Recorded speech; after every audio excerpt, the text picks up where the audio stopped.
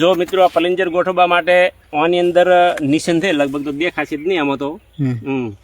ઓની અંદર નિશાન આવે છે, આ રહ્યું નિશાન છે, અને એ નિશાન અને આ રહ્યું બે કમ્પ્લેટ એ આવી રીતનું અને મેળવવાનું છે.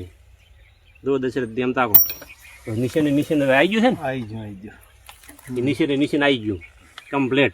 હવે એ નિશાન કમ્પ્લેટ એટલે રાશિ અને આપણે આને આવી રીતનું મેળ દેવાનું છે. અને પહેલાં એના માટે આ એક વાઇસ ચાલો.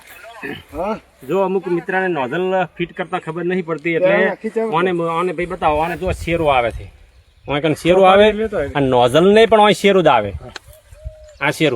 આ શેરામાં કઈ રીતે ફિટ કરવાની છે? જુઓ, નોઝલને આવી રીતની લેવાની અને આ શેરો અને આ શેરો મળવો જોઈએ, ઉલટી આમ ના ફિટ થવી જોઈએ. એ આવી રીતે નોઝલ ફિટ કરવાની છે, આ ટાઈપની. એ ઓને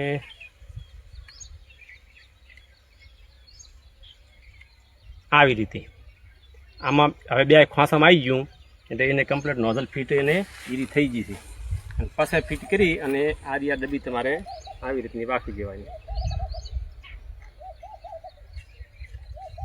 આવી રીતે નોઝલને ફિટ કરવા માટે એને શેરું મેળવવું પડે.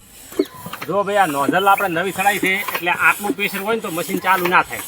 જો એના માટે શું કરવાનું છે, આવી રીતની તમારે ટાઈટ કરવાની છે, આવી રીતે. હવે આ છે ને એકદમ આખો બળો ફાડી નાખી તેલને આખો. એ આટલી નોઝલ બોલવી જોઈએ.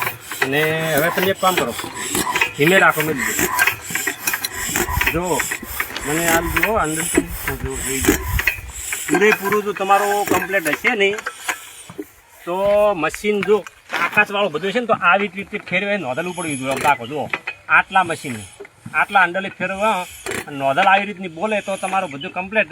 અને જો આટલું ના હોય તો પલિંજર કે અથવા ડિલિવરી વાલ આ બધું હોય તો જ મશીન ચાલુ થાય નહીં. એ ખાલી આટલું ફેરવાનું તો નોઝલ ઉપડવી જોઈએ. અમુક તો અંડલ મારીને તૂટી જાય ને તો આ બોલે નહીં, એટલે મશીન ચાલુ ના થાય. ઘરે હેડો, જય માતાજી હેડો. જો ભાઈ આ નોઝલ આપણે નવી સડાઈ છે એટલે આટલું પ્રેશર હોય ને તો મશીન ચાલુ ના થાય. જો એના માટે શું કરવાનું છે, આવી રીતની તમારે ટાઈટ કરવાની છે, આવી રીતે. હવે આ છે ને એકદમ આખો બળો ફાડી નાખી તેલને આખો. એ આટલી નોઝલ બોલવી જોઈએ.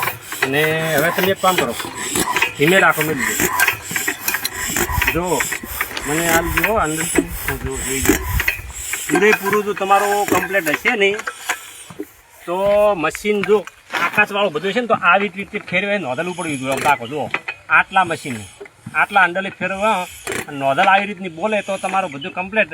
અને જો આટલું ના હોય તો પલિંજર કે અથવા ડિલિવરી વાલ આ બધું હોય તો જ મશીન ચાલુ થાય નહીં.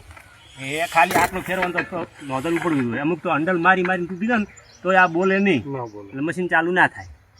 ઘરે હેડો, જય માતાજી હેડો. ફિટિંગ થઈ ગયું છે અને આ મશીન ચાલુ થતું હતું તો શું થતું હતું? મશીન ચાલુ જ નતું થતું, ડીઝલે વધારે ખાતું હતું. અને અમુક તમે શું કરતા, રેડતા કોક એમાં શું કરતા, ડીઝલ પાવતો આમાં હુકામ ડીઝલ નાખતા. મિત્રો આ મશીન કમ્પ્લેટ ધમાડા કાઢતું હતું અને કમ્પ્લેટ ચાલતું નહોતું. અને જો 10નું મશીન છે, કમ્પ્લેટ ચાલેલું છે, એકદમ બીજી ચાલે છે, કોઈ ધમાડો નથી. અને તપેલ માણસો હોતા ચાલુ થતું, એક માણસથી પણ મશીન ચાલુ ન થતું. અને જો ગેરંદરી બધા કમ્પ્લેટ ફિટિંગ કરેલા છે. અને જો મશીન કમ્પ્લેટ અને મશીન ઉપડી જતું હતું, એકદમ સ્પીડ વધી જતી અને એકદમ સ્પીડ દબાઈ જતું. તો અત્યારે હાલ મશીન એકદમ કમ્પ્લેટ સલોમ ચાલેલું છે. અને કેનાલ ઉપર છે, જો આ કેનાલ છે, આ કેનાલ. અને અમારા મુકેશભાઈ આવી ગયા છે એકદમ. જો આ કેનાલ, આ કેનાલ ઉપર મશીન છે. જો આમાં માણસો બેઠા છે, મહેમાન બેઠા છે. અને આ કેનાલ છે. અને આ કેનાલ ઉપર મશીન કમ્પ્લીટ જો ક્લિયર. એક મશીન આ બાજુ પડ્યું છે, એક મશીન આ લાઈનમાં અહીં પડ્યું છે, એક લાઈનમાં અહીં પડ્યું છે, અને એક લાઈનમાં અહીં પડ્યું છે. મશીન એક લાઈનમાં 3 થી 4 મશીન પડ્યા જુઓ. અને આ મશીન આપણે રિપેરિંગ કર્યું છે, કમ્પ્લીટ ક્લિયર ચાલે.